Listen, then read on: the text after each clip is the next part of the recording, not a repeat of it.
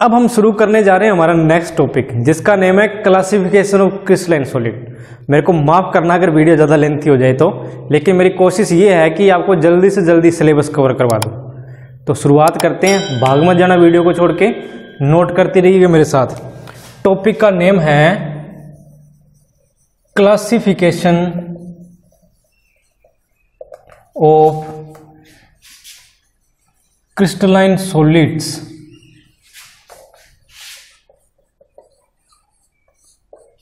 तो अब क्या है ना, जो क्रिस्टलाइन सॉलिड होता है, मैं यहां लिख देता हूं आपको, क्रिस्टलाइन सॉलिड। ये फ्लो चार्ट आप तैयार कर लेना, ये फ्लो चार्ट के माध्यम से हम इसको समझते हैं। तो इसके चार टाइप होते हैं, कौन कौन से? मोलिकुलर सॉलिड,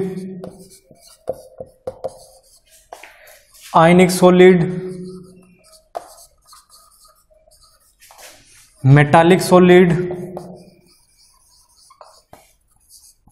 बिल्कुल बेसिक सी टर्म्स हैं, हो सकता है आप इनसे फेमिलियर भी हो। और नेक्स्ट है कोवलेंट सॉलिड या नेटवर्क सॉलिड। इसका दूसरा नाम क्या होता है? Network solid. तो ये इसके चार टाइप है। क्रिस्टलाइन सॉलिड को फर्दर हम चार टाइप्स में क्लासिफाई कर सकते हैं। मोलिकुलर सॉलिड्स, यानी कि जिसमें मोलिक्यूल्स होंगे। क्या होंगे? मोलिक्यूल्स। मोलिक्यूल्स के बारे में हम डिस्कस करेंगे। आयनिक सॉलिड्स, जिसमें आयंस से ये बनते हैं, आयंस की हम इसमें बात करेंगे। मेटालिक सॉलिड्स, यानी कि इसमें मेटल्स की हम बात करेंगे। कोवलेंट सॉलिड, यानी कि जिसमें कोवलेंट बॉन्डिंग से क्रिस्टलाइन सॉलिड का निर्माण होता है। तो ये चार टाइप्स है और बारी बारी से हम इनको डिस्कस करना शुरू करते हैं। तो नोट कर लो इसको। तो सबसे पहले शुरुआत करते हैं मोलिकुलर सॉलिड से। तो हेडिंग लगाइए, molecular solid.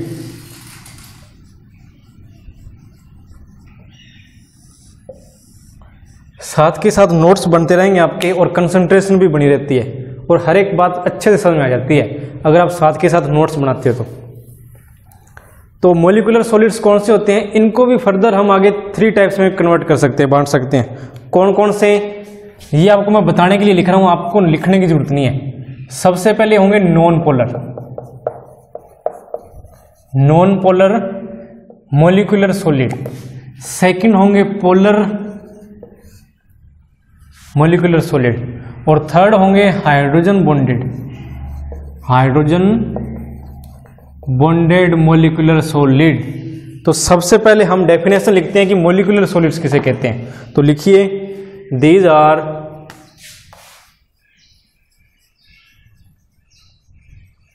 Those crystalline solids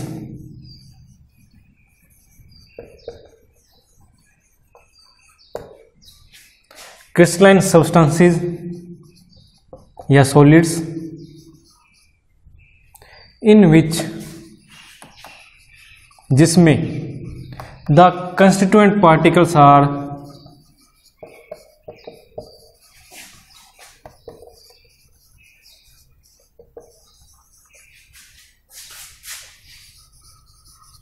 क्या होंगे? मोलिक्यूल्स। ये मैं आपको बता चुका हूं कि these are those crystalline substances, जिसमें क्या होगा, जो कंस्टिट्यूएंट पार्टिकल्स होंगे वो क्या होंगे? मोलिक्यूल्स होंगे। और मोलिक्यूल्स के बेसिस पर हम इनको क्या करेंगे? थ्री टाइप्स में डिवाइड करेंगे। तो सबसे पहले हम डिवाइड करते हैं, लिख लो, यहीं लिख लेते हैं। These are further classified as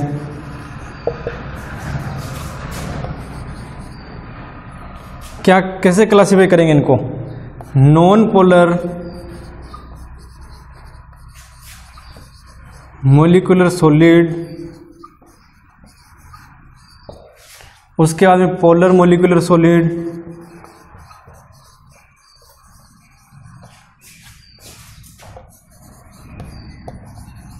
and hydrogen bonded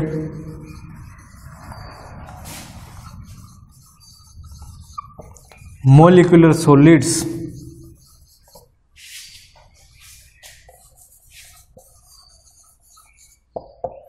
तो ये है इसकी प्रॉपर डेफिनेशन कि मॉलिक्यूलर सॉलिड्स क्या होते हैं। अब हम बारी बारी से इन तीनों को डिस्कस करेंगे, नॉन पोलर, पोलर और हाइड्रोजन बॉन्डेड। तो इसका स्क्रीनशॉट ले लो। तो सबसे पहले हम डिस्कस करते हैं फर्स्ट टाइप, और वो क्या थी, नॉन पोलर मॉलिक्यूलर सॉलिड्स। ये इसकी फर्स्ट टाइप है, किसकी, मॉलिक्यूलर सॉलिड्स की। तो इसको जो 3 टाइप्स में हमने क्लासिफाई किया है, ये हमने क्लासिफाई किया है इनके बीच में फोर्सेस के कारण। फोर्सेस कौन कौन से होते हैं, इसमें 3 तरह के फोर्सेस काम करेंगे। कौन कौन से, एक तो लंडन फोर्सेस जिसको हम डिस्पर्जन फोर्स भी बोल देते हैं। दूसरा बात आती है इसमें फोर्स की, वो है डाइपोल डाइपोल फोर्स। और थर्ड होता है हाइड्रोजन बॉन्ड, हाइड्रोजन बॉन्डिंग के कारण जो फोर्सेस लगते हैं। तो अब इसमें हम आपको क्लियर कर दूं कि इस यूनिवर्स में जितने भी सब्सटेंस है उन सबके बीच में क्या होता है, लंडन फोर्सेस यानी कि डिस्पर्जन फोर्सेस काम करते हैं। इनको वंडरवाल फोर्सेस भी हम कह देते हैं। ये सबसे कमजोर होते हैं, ये सबसे कमजोर यानी कि वीक होंगे। उसके बाद में डाइपोल डाइपोल मूवमेंट की बात आती है। डाइपोल डाइपोल जो फोर्सेस लगते हैं ये 2 डाइपोल्स के बीच में लगेंगे। और डाइपोल क्या होता है, ये जिसमें एक साइड प्लस हो और दूसरा सिरा क्या हो, नेगेटिव हो।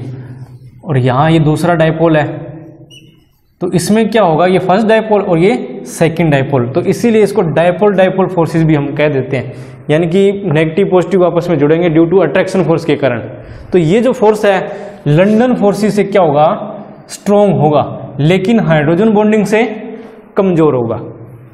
तो इसका मीडियम नेचर लिख देते हैं हम, ये मीडियम नेचर का होता है, या मॉडरेट नेचर का होता है। उसके बाद में जो लास्ट फोर्स है हाइड्रोजन बॉन्डिंग, ये सबसे स्ट्रॉन्ग होता है, इन तीनों में सबसे स्ट्रॉन्ग होता है। तो इसमें क्या होता है, जैसे H2O है, अब कोई भी बीकर हमने लिया, इस बीकर में क्या होंगे, काफी सारे H2O के मॉलिक्यूल्स होंगे कि नहीं होंगे।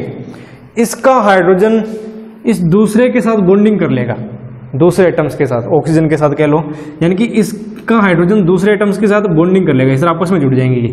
तो जिसके कारण क्या है ना, इनके बीच में जो फोर्सेस लगते हैं वो काफी स्ट्रॉन्ग हो जाता है। ये हाइड्रोजन बॉन्डिंग है, ये सबसे स्ट्रॉन्ग होती है, और ये किसके कारण होती है, ड्यू टू हाइड्रोजन बॉन्डिंग के कारण।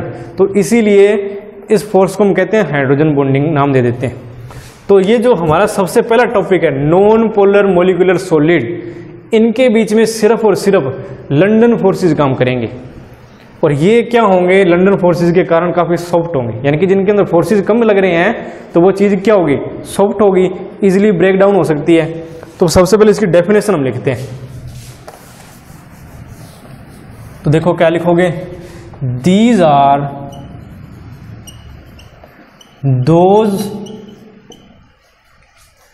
क्रिस्टलाइन सॉलिड्स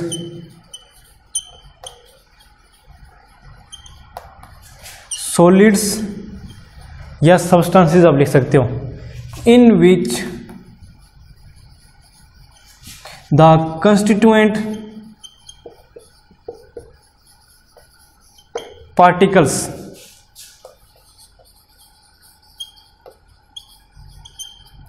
आर,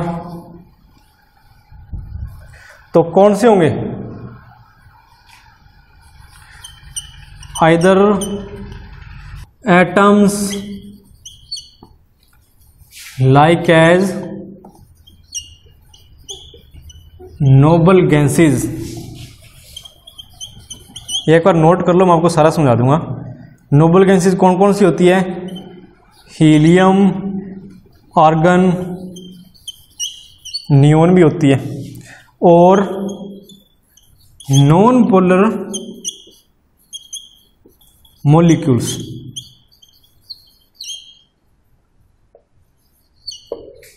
तो अब देखिए नॉन पोलर मॉलिक्यूलर सॉलिड्स, तो इसमें क्या होगा, जैसे ये कोई सैंपल हमने ले लिया इसका,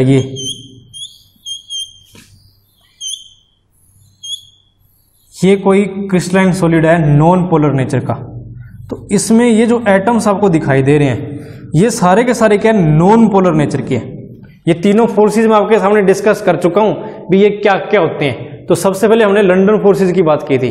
तो अब इसके अंदर क्या ना, देखो आपस में बॉन्डिंग बनानी है, ये पहला एटम है और ये दूसरा एटम है। अगर मान के चलो इस पे पॉजिटिव चार्ज है और इस पे नेगेटिव चार्ज है, तो ये आपस में क्या करेंगे, बॉन्डिंग कर लेंगे ना, इनके बीच में अट्रैक्शन फोर्स होगा, पॉजिटिव नेगेटिव एक दूसरे को अट्रैक्ट करते हैं और इसके कारण आपस में जुड़ जाएंगे अट्रैक्शन फोर्स के कारण। तो इस तरह का जो फोर्स काम करेगा वो काम करता है डाइपोल डाइपोल वाला, और वो हम आगे डिस्कस करेंगे पोलर मॉलिक्यूलर सॉलिड्स के अंदर भी, उनमें पोल्स होते हैं।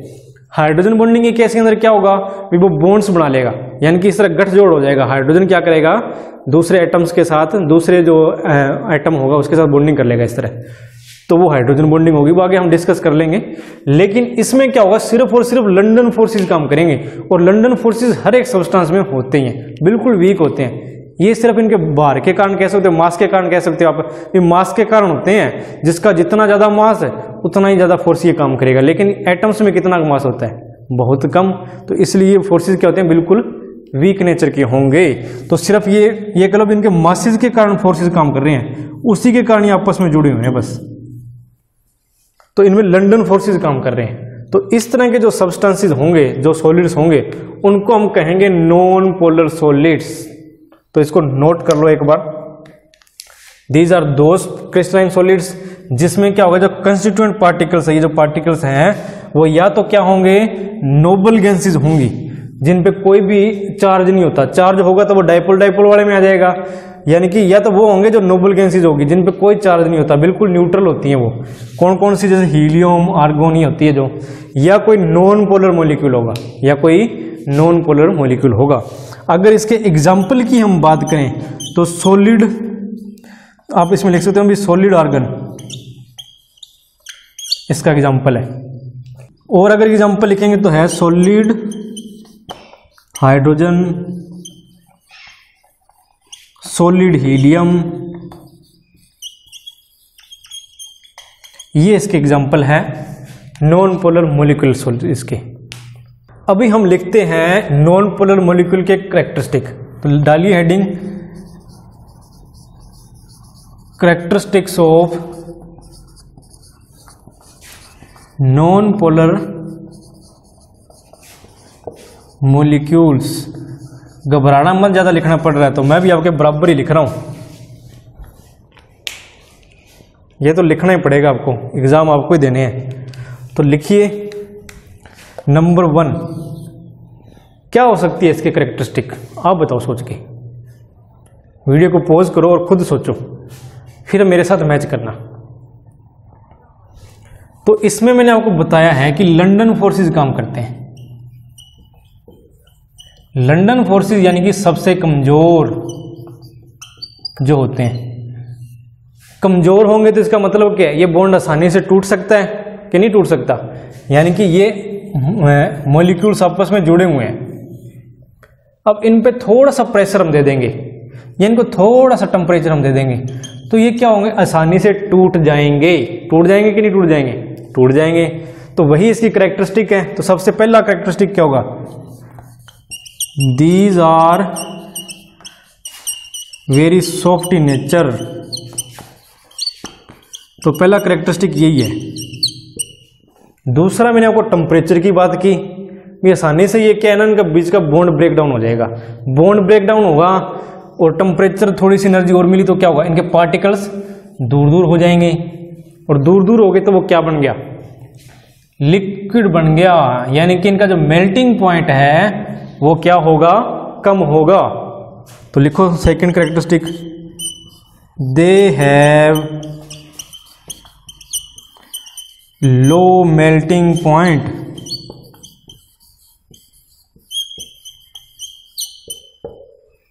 अब देखो इनका थर्ड पॉइंट क्या होगा, तो लिखिए कि ये रूम टेम्परेचर पर लिक्विड में मिलेंगे हमें या गैसियस फॉर्म में मिलेंगे, क्योंकि इनके बीच का बॉन्ड काफी वीक है, थोड़ी सी एनर्जी से ब्रेक डाउन हो जाता है, रूम टेम्परेचर पर ही ब्रेक डाउन हो जाएगा।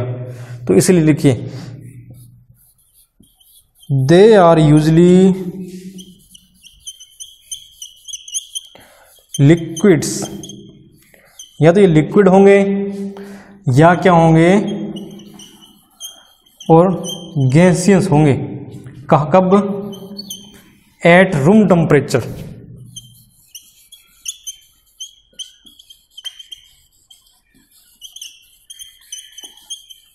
एंड प्रेशर, यानी कि रूम टेम्परेचर और रूम पर जो एटमॉस्फेरिक प्रेशर होता है उस पर ये क्या होंगे, गैसियस या लिक्विड स्टेट में भी मिलेंगे। फोर्थ जो पॉइंट है वो है इनका इलेक्ट्रिकल कनेक्टिविटी से रिलेटेड। इलेक्ट्रिकल कनेक्टिविटी आप ही बताओ, मैं यहां वर्ड यूज कर रहा हूं इलेक्ट्रिकल कंडक्टिविटी, वो क्या होती है? काफी बार डिस्कस कर चुके हैं हम प्रीवियस क्लासेस के अंदर। इलेक्ट्रिकल कंडक्टिविटी यानी कि कोई सब्सटेंस जो इलेक्ट्रिसिटी को कंडक्ट कर सकता है, यानी कि उसमें से विद्युत धारा प्रवाहित हो सकती है, बिजली गुजर सकती है जिसमें से, तो वो क्या होगा, गुड कंडक्टर होगा इलेक्ट्रिसिटी का। तो अब इसके केस में आप बताओ कि ये गुड कंडक्टर होंगे क्या, इलेक्ट्रिसिटी के कंडक्टर होंगे या नॉन कंडक्टर होंगे, क्या होंगे ये? तो इसमें भी जरा आप देखो, ये कोई बीकर है हमारे पास, इसमें हमने वाटर है इसके अंदर, साथ में हमने मिक्स कर दिया NaCl। तो ये क्या होगा, NaCl इस सॉल्यूशन के अंदर Na पॉजिटिव और क्लोरीन नेगेटिव आयंस में टूट जाता है, होता है ना ये। और इसी के कारण, क्योंकि इसमें आयंस फॉर्मेशन होती है, इसी के कारण ये जो सॉल्यूशन है वो इलेक्ट्रिसिटी को कंडक्ट कर सकता है, इसमें से विद्युत धारा प्रवाहित हो सकती है। लेकिन इसके केस में तो कुछ ऐसा है ही नहीं, चार्ज से तो इसका लेना देना ही नहीं है, यानी कि ये कौन सी नेचर का है, नॉन पोलर नेचर का। जितने भी मॉलिक्यूल इसमें होंगे वो सारे के सारे क्या होंगे, न्यूट्रल होंगे, चाहे वो गैसियस स्टेट हो, चाहे वो लिक्विड स्टेट हो, चाहे वो सॉलिड स्टेट हो, चाहे कोई मर्जी स्टेट आ जाए इसमें, लेकिन सारे के सारे किस नेचर के हैं, नॉन पोलर नेचर के, यानी कि क्या है, न्यूट्रल। इन पॉइंट्स को जरा ध्यान से गौर कर लेना, क्योंकि कैरेक्टरिस्टिक आपको याद करवा रहा हूं मैं इसके नॉन पोलर मॉलिक्यूल्स के। तो ये थोड़ा कंसेप्ट अगर आपको दिमाग में होगा तो इनको आप आसानी से याद कर सकते हो। थोड़ा समझ में टाइम तो लगता है, ये मानता हूं मैं, लेकिन बाद में अच्छे से याद तो हो जाएंगे भी ये क्यों है आखिर ऐसा। तो यही है, तो लिखो इसको, क्या लिखोगे, they are non conductor of electricity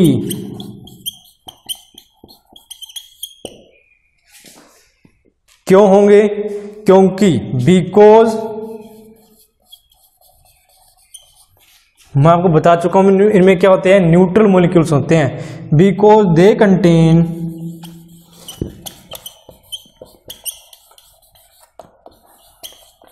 neutral molecules. ये मैं रिपीट कर देता हूं अगर आपको ना दिखाई दे रहा हो तो, they are non conductors of electricity because they contain neutral molecules. तो इसकी फोटो ले लो एक अच्छी सी, ये सारे के सारे कैरेक्टरिस्टिक है किसके, नॉन पोलर मॉलिक्यूल्स के।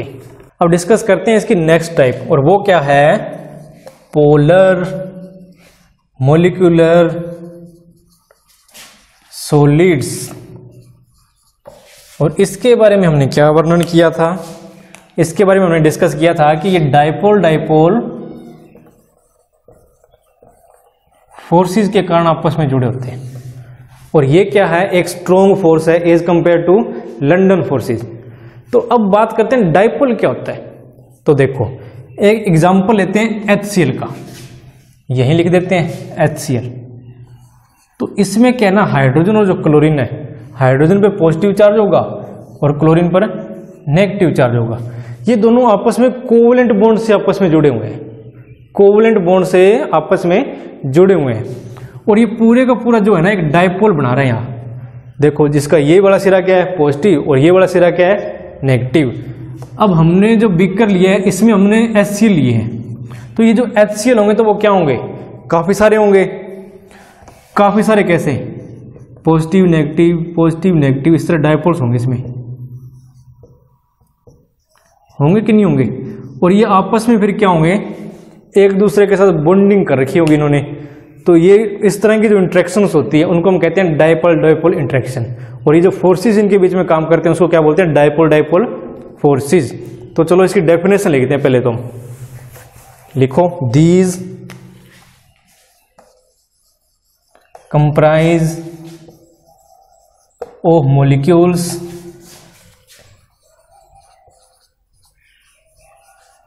of substances formed by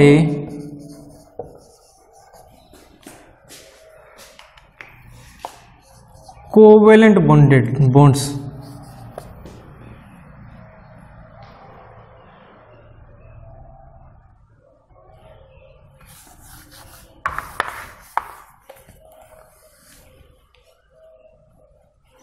Polar covalent bonds. तो इसका मीनिंग क्या हुआ, जरा समझो ध्यान से कि यानी कि ये वो मॉलिक्यूल्स हैं, जो ये वो सब्सटेंसेस हैं जिनकी फॉर्मेशन होती है उन मॉलिक्यूल से जो क्या होंगे, पोलर कोवलेंट बॉन्डेड होंगे। पोलर कोवलेंट बॉन्डेड यानी कि जैसे ये एग्जांपल हमने लिया था, क्लियर है। इसका एग्जांपल अगर हम लेंगे तो क्या होगा, सॉलिड HCl, सॉलिड HCl। इसमें एक लाइन हम और नोट कर देते हैं, तो लिखो these solids, sorry these molecules, क्योंकि हम मॉलिक्यूल्स की बात कर रहे हैं भी, ये जो मॉलिक्यूल्स हैं are held together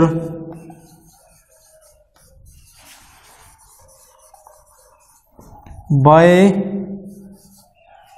dipole dipole forces, यानी कि डाइपोल डाइपोल फोर्सेस के कारण के आपस में जुड़े होते हैं मॉलिक्यूल्स। अब इसका एग्जांपल भी लिख दो यहाँ पर, एग्जाम्पल क्या होगा, solid HCl, solid SO2, solid NH3 ammonia. ये सारे के सारे इसके एग्जाम्पल है, तो इसका भी एक अच्छा सा फोटो निकाल लो आप। अब हम डिस्कस करते हैं characteristic of polar molecular solids, यानी कि इनके करेक्टरिस्टिक्स देखेंगे। देखो हेडिंग लगाओ, characteristics of polar molecular solid. तो क्या होंगे, बस आपने वही दिमाग में रखनी है, तीन force, London force, dipole dipole force और हाइड्रोजन बॉन्डिंग। तो ये बीच वाली स्टेज आ गई थोड़ी सी, तो देखो इसमें क्या लिखोगे। Number 1, these solids are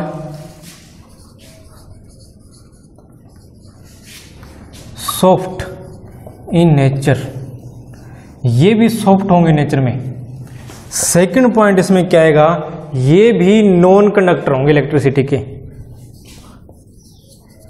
these are non conductor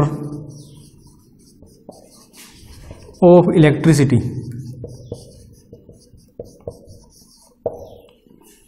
clear है, क्यों होंगे नॉन कंडक्टर, इसमें तो चार्जेस आ रहे हैं, पॉजिटिव नेगेटिव डाइपोल डाइपोल की हमने बात की थी, तो ये फिर नॉन कंडक्टर क्यों है, कोई बता सकता है इसके बारे में?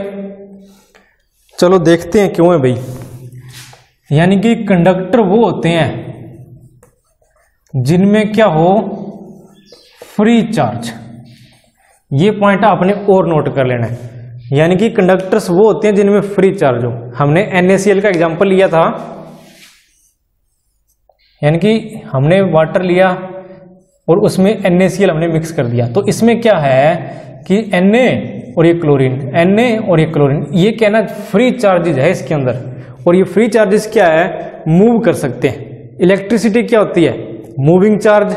अगर चार्ज मूव कर पाएगा तो इसका मतलब क्या है, वो इलेक्ट्रिसिटी कंडक्ट कर सकता है, मूव नहीं कर पाए तो नहीं कर सकता। इट्स मीन्स क्या हुआ, कंडक्टर वही होंगे जिनमें फ्री चार्ज होगा। यहां तो बंधे पड़े हैं डाइपोल से, आपस में जुड़े हुए हैं पॉजिटिव नेगेटिव, तो फ्री चार्ज तो है नहीं। अगर फ्री चार्ज नहीं है तो ये क्या होंगे, नॉन कंडक्टर ऑफ इलेक्ट्रिसिटी। इसको अगर आपने नोट करना है हिंदी में कहीं भी तो कर सकते हो। थर्ड पॉइंट क्या होगा, they also have low melting and boiling point.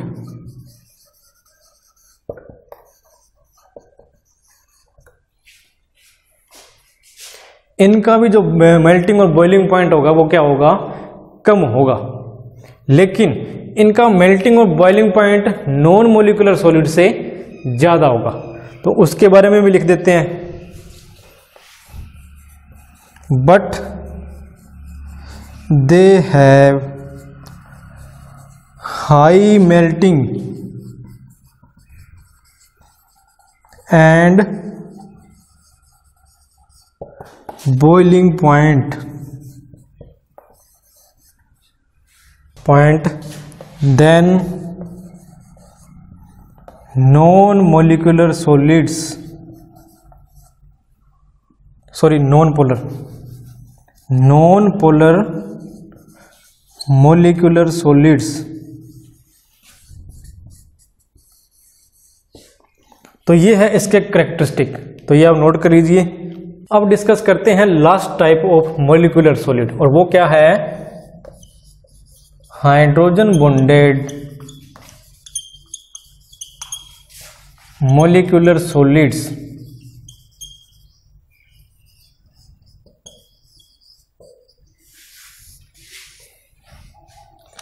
तो इसके बारे में क्या लिखोगे? These are those solids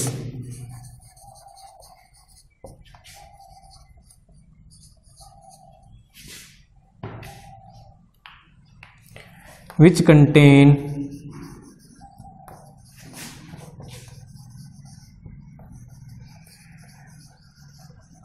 hydrogen bonds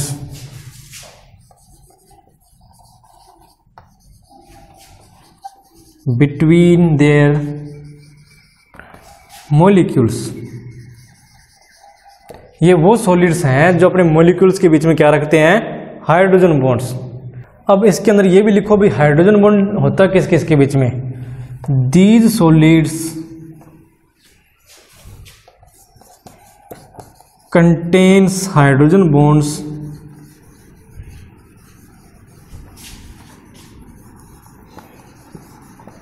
between hydrogen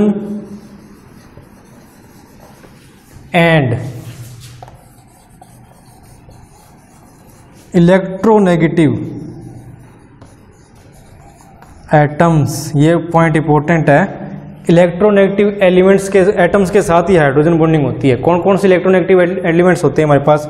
most electronegative fluorine, उसके बाद में ऑक्सीजन, और उसके बाद में नाइट्रोजन। अगर आपको पता हो तो फ्लोरीन सबसे मोस्ट इलेक्ट्रोनेगेटिव एलिमेंट है इस यूनिवर्स का। उसके बाद में ऑक्सीजन की बारी आती है और फिर बारी आती है नाइट्रोजन की, यानी कि इनके साथ ये बॉन्डिंग करता है हाइड्रोजन। इसके एग्जाम्पल की अगर हम बात करें तो हम लिख सकते हैं सॉलिड आइस, यानी कि आइस की हम बात कर सकते हैं। आइस, तो आइस के अंदर क्या होता है? ये देखो H2O, यही होता है ना। तो इसमें क्या होगा? 2 हाइड्रोजन होंगे और एक ऑक्सीजन होता है। इसी प्रकार इसके नेबर में भी एक हाइड्रोजन, इस प्रकार ये पड़ा होगा। तो ये जो हाइड्रोजन है ये क्या करता है? इस ऑक्सीजन के साथ बॉन्डिंग कर लेगा। ये जो बॉन्डिंग है ना, इसी को हम क्या बोलेंगे? Hydrogen bonding. यहां स्पेस कम था तो थोड़ा इस प्रकार दिखा दिया, जैसे यहां नीचे हम दिखा सकते थे इस प्रकार कि ये बॉन्डिंग कर ली इसने। तो यही होती है हाइड्रोजन बॉन्डिंग। तो इसको नोट कर लो।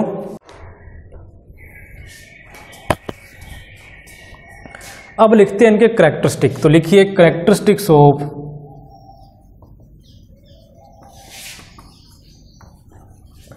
हाइड्रोजन बॉन्डेड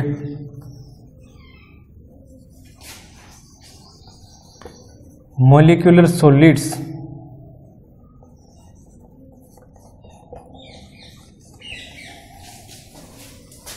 तो क्या कैरेक्टरिस्टिक्स होंगे? तो सबसे पहले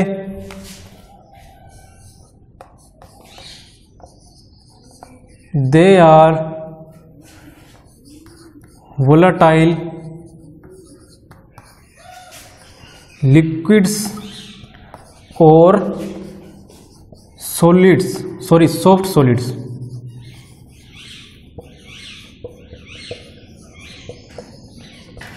at room temperature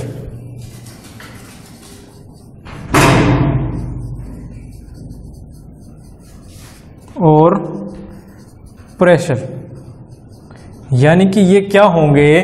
volatile liquid होंगे। वोलाटाइल का मतलब जो आसानी से उड़ जाता है, जैसे पेट्रोल नहीं होता, पेट्रोल में क्या होता है, थोड़ा देर पड़ा रहने दो वो क्या होगा, ऊपर उड़ने लग जाएगा, उड़ जाता है वो।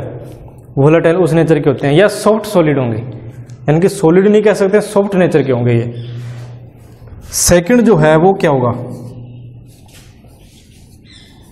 दे have low melting and boiling point. इनका भी melting point and boiling point कम होगा, लेकिन ज़्यादा किससे होगा, polar and non polar molecule से। बट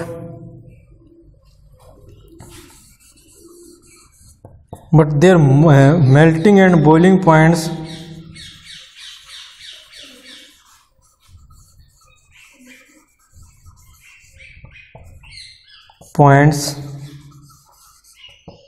are higher than, किससे ज़्यादा होंगे, polar and non polar molecular solids, यानी कि इनसे ज़्यादा होगा इनका मेल्टिंग और बॉइलिंग पॉइंट पोलर और नॉन पोलर से। ये इसका सेकंड पॉइंट है। थर्ड पॉइंट लिखो इलेक्ट्रिकल कनेक्टिविटी के बारे में, ये भी नॉन कंडक्टर होते हैं, क्योंकि इनमें क्या है, फ्री चार्जेज नहीं होते। They also known conductor of electricity, ये भी इलेक्ट्रिसिटी के क्या होंगे, नॉन कंडक्टर। तो इसकी भी एक अच्छी सी फोटो ले लो। अभी हमने डिस्कस किया मॉलिक्यूलर सॉलिड्स, तो काफ़ी लेंथी हो गया, पर कोई बात नहीं, इसका कंसेप्ट तो क्लियर हुआ। तो इस वीडियो के साथ बने रहिएगा, जाइएगा मत, क्योंकि अभी 3 टाइप्स हमने वो डिस्कस करने हैं। वो है आयनिक सॉलिड्स के बारे में सबसे पहले हम डिस्कस करने जा रहे हैं। आयनिक सॉलिड्स बिल्कुल छोटा सा टॉपिक है, इसके आगे और कोई पार्ट नहीं है। आयनिक सॉलिड्स होते क्या हैं, जो आयंस से बनते हैं। इसका एग्जांपल हम बार बार ले चुके हैं, NaCl। NaCl को जब वाटर में मिक्स करेंगे तो क्या होगा, आयंस बनेंगे। ये होगा सोडियम आयन और ये बन गया क्लोरीन आयन, एक पॉजिटिव पार्टिकल और एक नेगेटिव पार्टिकल, इनको हम बोल देते हैं आयंस। और ये क्या करते हैं, आपस में इलेक्ट्रोस्टैटिक फोर्सेस यानी कि कूलम्बिक फोर्सेस से जुड़े होंगे। मैं लिख देता हूं यहां पर, इलेक्ट्रोस्टैटिक फोर्सेस, या हम ये कहें कूलम्बिक फोर्सेस, उनसे आपस में क्या होंगे, जुड़े होंगे। तो ये इसका एग्जाम्पल है आयनिक सॉलिड का। तो इसके बारे में लिखते हैं सबसे पहले। आयनिक solids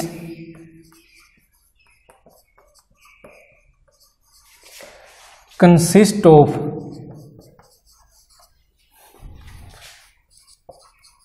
positively and negatively charge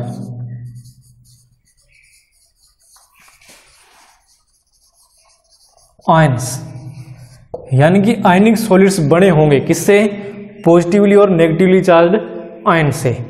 और उसके बाद में क्या होगा, अरेंज्ड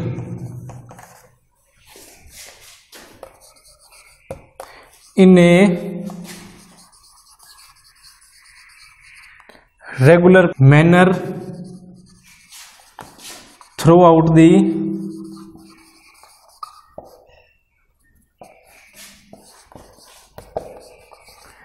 सॉलिड। तो ये है, देखो, आयनिक solids consist of positively and negatively charge ions, यानी कि पॉजिटिव और नेगेटिव चार्ज के जो आयंस उनसे बनते हैं। और ये अरेंज्ड होंगे किसमें, सॉलिड्स के अंदर। कैसे, रेगुलर मैनर के अंदर, through out the solid. Clear है ये बात। तो अब इसमें आप लिख सकते हो, these ions are held together by electrostatic या कूलम्बिक फोर्सेस। कि ये इलेक्ट्रोस्टैटिक या कोलम्बिक फोर्सेस से आपस में जुड़े होंगे। एग्जाम्पल अगर हम इसका लिखना चाहें तो वो होगा NaCl। NaCl की स्ट्रक्चर भी मैं आपको यहाँ दिखा देता हूँ, ये पिक्चर आपको दिखाई दे रही होगी, ये NaCl की स्ट्रक्चर है, तो नोट कर लो इसको। अब देखते हैं आयनिक सॉलिड्स के कैरेक्टरिस्टिक या properties. Characteristics of ionic solids. अब आइडिया तो आपको हो गया होगा अभी कैरेक्टरिस्टिक्स हम किस प्रकार फाइंड आउट करते हैं। तो अब आप एक बात बताओ, ये पॉजिटिव आयन है और ये नेगेटिव आयन है, ये आपस में क्या है, इलेक्ट्रोस्टैटिक फोर्सेस से जुड़े हुए हैं। तो ये जो फोर्स होगा वो स्ट्रॉन्ग होगा कि वीक होगा, तो ये जो फोर्स होता है वो काफी स्ट्रॉन्ग होता है। तो इसीलिए ये क्या है, सॉफ्ट नहीं होंगे, हार्ड होंगे, और उसके साथ में क्या होंगे, ब्रिटल। ब्रिटल का मतलब होता है भंगुर। तो लिखो इसके बारे में, जैसे कांच होता है, कांच भी क्या है ना, भंगुर नेचर का होता है, ब्रिटल नेचर का होता है, जिसको एक बार तोड़ दिया हमने तो वो चूरा चूरा हो जाएगा। और एक होता है हमारा लोहा, आयरन, तो आयरन को हम ऐसे मोड़ सकते हैं, वो डक्टाइल नेचर का होता है। तो लिखिए इसके बारे में क्या लिखेंगे कैरेक्टरिस्टिक। तो first characteristic, they are hard and brittle in nature. ये हार्ड भी होंगे और ब्रिटल भी होंगे। और सेकंड पॉइंट की अगर हम बात करें तो वो लिखो क्या होगा, they have high melting and boiling point. अब इनके बीच में बॉन्ड्स मजबूत है, तो इसके कारण क्या होगा, इस बॉन्ड को तोड़ने के लिए ज्यादा एनर्जी चाहिएगी, ज्यादा एनर्जी की जरूरत पड़ेगी, तो क्या होगा, इनके मेल्टिंग एंड बॉइलिंग पॉइंट भी क्या होंगे, ज्यादा होंगे। तो इसका सेकंड पॉइंट है। थर्ड पॉइंट, अब आप बताओ कि ये कंडक्टर होंगे कि इलेक्ट्रिसिटी के कि नहीं होंगे। तो सॉलिड स्टेट में तो क्या होता है, ये आपस में बॉन्डिंग बना के रखते हैं, यानी कि सॉलिड स्टेट में इनमें फ्री चार्ज नहीं होगा। लेकिन लिक्विड स्टेट में या मोल्टन स्टेट हम कहें तो उसमें क्या होगा, ये इजीली डिसॉल्व हो जाते हैं वाटर में, और उस केस में इनके जो आयंस है वो अलग अलग हो जाएंगे, यानी कि फ्री चार्ज के फॉर्म में रहेंगे ये मोल्टन स्टेट में, जिसके कारण इन मोल्टन स्टेट इनमें इलेक्ट्रिसिटी कंडक्ट कर सकते हैं। तो ये पॉइंट क्लियर हुआ कि नहीं हुआ, एक बार यहां लिखते हैं फिर और देख लो। They are non conductor of electricity in solid state. Solid state में ये क्या होंगे, नॉन कंडक्टर ऑफ इलेक्ट्रिसिटी होंगे। बहुत ज्यादा लेंथी पॉइंट मैं यहाँ नहीं लिखूंगा, अभी इसका रीजन भी मैं याद दूं, आप इतना ही लिख लो, ये भी ये नॉन कंडक्टर होंगे इलेक्ट्रिसिटी के इन सॉलिड स्टेट। तो उसका रीजन यही है कि इनके बीच में बॉन्डिंग होंगी ये सॉलिड स्टेट के कारण, तो इसके कारण फ्री चार्ज नहीं होगा, और फ्री चार्ज नहीं हुआ तो ये इजीली इलेक्ट्रिसिटी को कंडक्ट नहीं कर पाएंगे। But in molten state,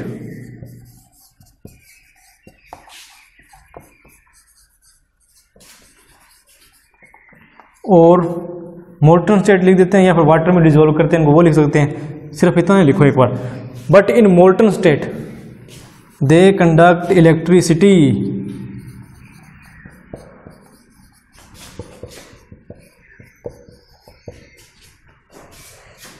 due to ions formation.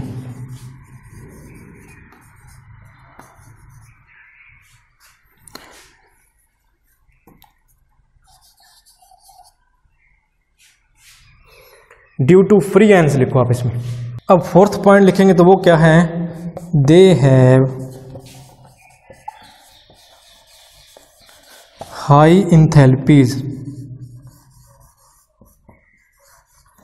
Of vaporisation. Meaning क्या हुआ इसका, इंथैल्पी ऑफ वेपोराइजेशन को समझो पहले क्या होती है, यानी कि वो हीट, वो एनर्जी जो किसी भी सब्सटेंस को वेपर फॉर्म में लाने के लिए चाहिए हमें, और ये इसको जो आयनिक सॉलिड्स है इनकी हाई इंथैल्पी होती है, यानी कि इनको ज़्यादा हीट देनी पड़ेगी, ज़्यादा एनर्जी हमें देनी पड़ेगी वेपर फॉर्म में कन्वर्ट करने के लिए। क्यों, इस बॉन्डिंग के कारण। नेक्स्ट पॉइंट लिखो, fifth, ionic solids are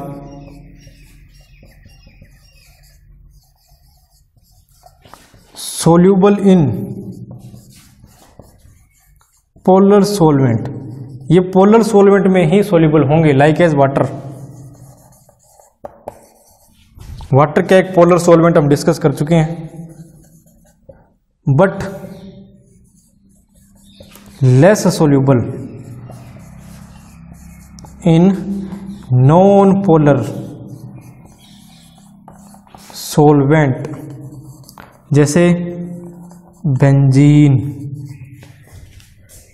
polar solvents में ये ज़्यादा सोल्यूबल होंगे और नॉन पोलर में कम सोल्यूबल होंगे। तो ये है कैरेक्टरिस्टिक ऑफ आयनिक सॉलिड्स। तो इसकी भी एक अच्छी सी फोटो ले लो आप। अब हमारा नेक्स्ट टाइप है मेटालिक सॉलिड्स। ये भी काफ़ी इंटरेस्टिंग और काफ़ी छोटा सा टॉपिक है, तो हौसला बनाए रखिएगा, ये वीडियो जल्दी खत्म होने वाली है। तो इसको हम एक डायग्राम से समझते हैं। ये हमारे पास क्या है, ये है सी ऑफ इलेक्ट्रॉन्स। ये सारे के सारे इलेक्ट्रॉन्स है, फ्री इलेक्ट्रॉन्स है, और इसके बीच में क्या है, पॉजिटिव चार्ज। ये पॉजिटिव चार्ज पार्टिकल्स है, प्रोटॉन्स कह सकते हो आप, इस प्रकार। इनको एक नाम दिया गया है कर्नेल, इनको बोलेंगे कर्नेल्स। और ये क्या है, किसमें पड़े हैं, इमर्ज्ड है किसमें, सी ऑफ इलेक्ट्रॉन्स। इसको इलेक्ट्रॉन्स को सही तरीके से लिख देते हैं।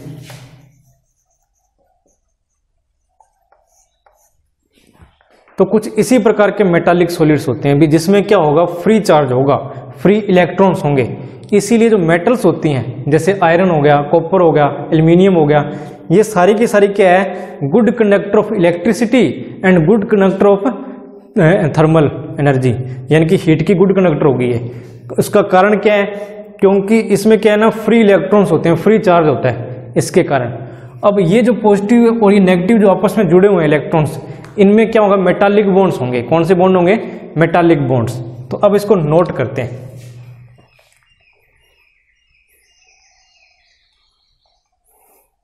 तो लिखो इसके बारे में, क्या लिखोगे, इन मेटालिक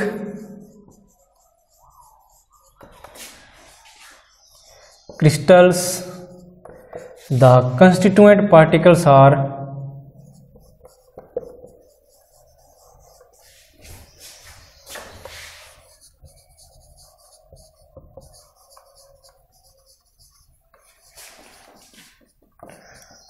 positively charged ions, यानी कि जो पार्टिकल्स हैं जिससे ये बनते हैं वो पॉजिटिवली चार्ज्ड आयंस होंगे। और इनको हम क्या कहते हैं, कर्नेल। वर्ड याद रख लोगे।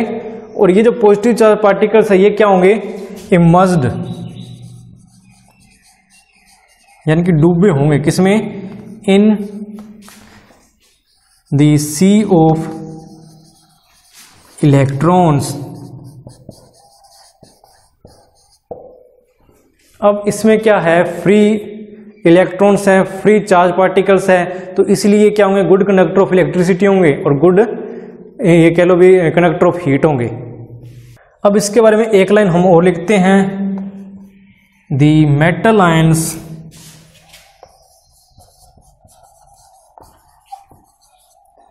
Are held together by metallic bonds. Metallic bonds से आपस में जुड़े होंगे। क्लियर है ये पॉइंट, क्या चीज है ये, यानी कि इसमें क्या होगा, जो कंस्टिट्यूएंट पार्टिकल्स होंगे वो क्या होंगे, पॉजिटिव चार्ज आयंस होंगे, पॉजिटिव चार्ज आयंस है, और ये इमर्ज होंगे किसमें, in the sea of electrons. और इनके बीच में जो फोर्स काम करता है वो होते हैं मेटालिक बॉन्ड्स। तो ये आप नोट कर लीजिएगा। अब हम देखते हैं मेटालिक क्रिस्टल्स के कैरेक्टरिस्टिक्स। तो लिखिए heading, characteristics of metallic solids. हौसला बनाए रखिए, वीडियो के साथ जुड़े रहिए। ये एक टॉपिक की है जो थोड़ा लेंथी है, इसके बाद में काफ़ी इंटरेस्टिंग टॉपिक्स आने वाले हैं, जैसे यूनिट सेल क्या होता है, स्पेस लेटिस क्या होता है, सिंपल सी स्ट्रक्चर हम बनाएंगे उसके अंदर। काफ़ी इजी और इंटरेस्टिंग टॉपिक्स होंगे आगे। ये बस छोटा सा टॉपिक है जो हमने कवर करना है, जिसके अंदर आपको काफ़ी लिखना पड़ रहा है, तो इसको नोट कीजिए, कोई दिक्कत वाली बात नहीं है। तो अब इसके कैरेक्टरिस्टिक्स क्या होंगे? Number 1, these are hard as well as soft solids. ये क्या होते हैं? हार्ड भी होते हैं और सॉफ्ट भी होते हैं। ये किस पे डिपेंड करता है? इनकी बॉन्डिंग पे। दूसरी जो प्रॉपर्टी इनकी वो हम डिस्कस कर चुके हैं, they are good conductor of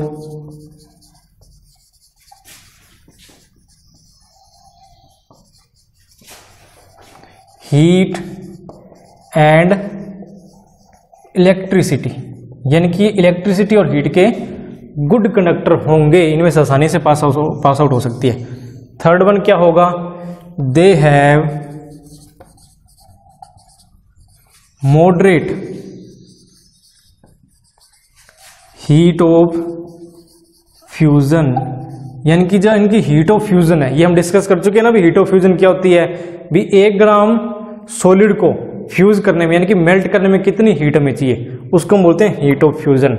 और इनकी जो हीट ऑफ फ्यूजन है ना वो मॉडरेट होती है, यानी कि मीडियम होती है, ना तो ज्यादा होती है ना ही कम होती है। ये है इसका थर्ड पॉइंट। मेटालिक सॉलिड का नेक्स्ट कैरेक्टरिस्टिक है they are malleable and ductile. अब ये क्या चीज होती है malleable एंड डक्टाइल? ये 10th में हम डिस्कस कर चुके हैं। malleable का मीनिंग होता है भी मेटल्स को हम क्या कर सकते हैं? थिन शीट्स में कन्वर्ट कर सकते हैं। थिन शीट्स में इसको कन्वर्ट कर सकते हैं कि नहीं कर सकते? यानी कि संदूक जो बनते हैं वो कैसे बनते हैं? शीट्स ही तो होती हैं वो। एंड डक्टाइल, डक्टाइल का मीनिंग क्या होगा? ड्रावन इनटू थिन वायर्स, यानी कि इसके पतले पतले तार बनाए जा सकते हैं। एग्जाम्पल मेटालिक के कुछ भी लिख सकते हैं आप, कोबाल्ट, निकल। तो ये है कैरेक्टरिस्टिक ऑफ मेटालिक सॉलिड्स। अभी हम डिस्कस करने जा रहे हैं इस वीडियो का लास्ट टॉपिक, जो है कोवेलेंट सॉलिड।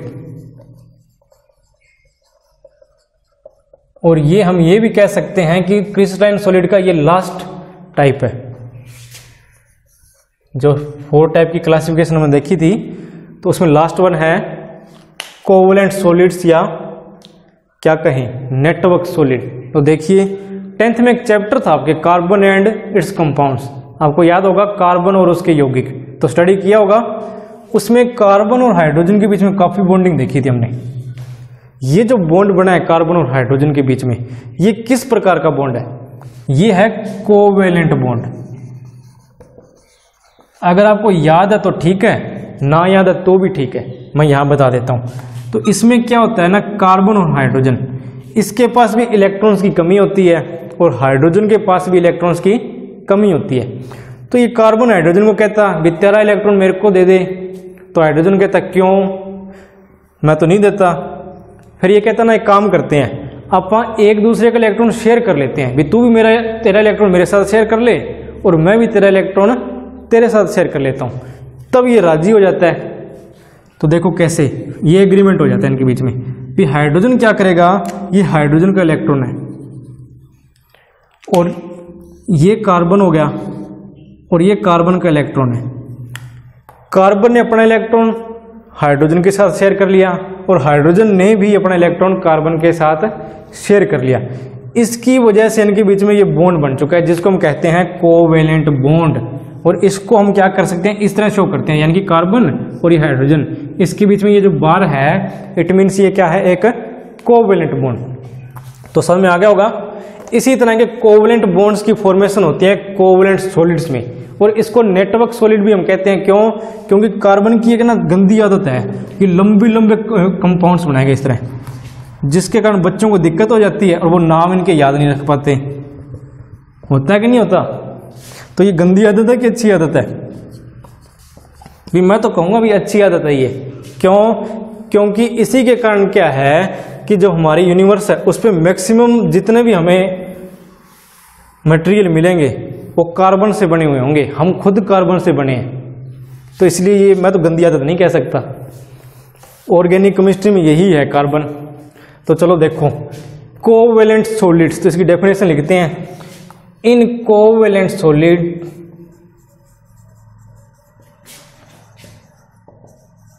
द कंस्टिट्यूएंट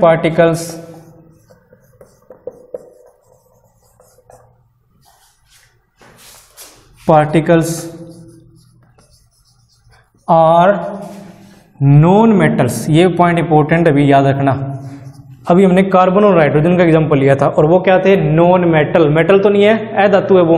तो इसलिए जो कंस्टिट्यूएंट पार्टिकल्स इसमें होंगे वो क्या होंगे? नॉन मेटल्स होंगे।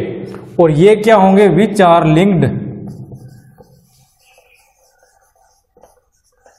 Linked to the adjacent atom by covalent bonds. अब ये पॉइंट आपको क्लियर हो गया होगा। यानी कि कोवेलेंट सॉलिड्स में क्या होता है ना, जो कंस्टिट्यूएंट पार्टिकल्स नॉन मेटल्स होते हैं और ये अपने साथ वाले एटम्स के साथ कोवेलेंट से जुड़े होंगे। तो ये है। अब देखते हैं characteristic of covalent solid. Characteristics of covalent solids. तो ये क्या होंगे? तो सबसे पहला,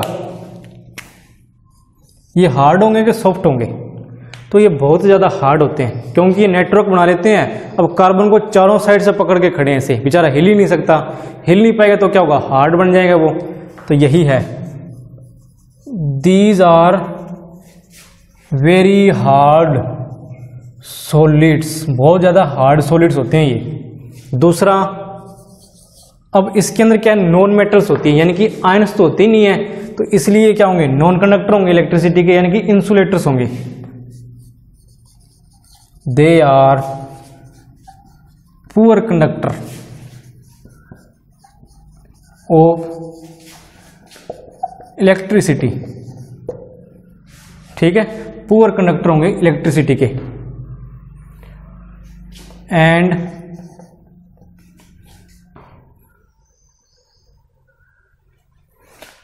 आर इंसुलेटर्स। तो इनको हम इंसुलेटर्स कहेंगे। उसके बाद में थर्ड पॉइंट, अब ये हार्ड है सॉलिड्स हैं, बॉन्डिंग इनमें काफ़ी मजबूत है, तो इनके बॉइलिंग पॉइंट और मेल्टिंग पॉइंट का क्या होगा? वो भी ज़्यादा होंगे। तो लिख दो, they have high melting and boiling point. और इसके साथ ही हमारा ये टॉपिक यहीं पर एंड होता है। इसके दो एग्जाम्पल है, एक काम आपके लिए भी है।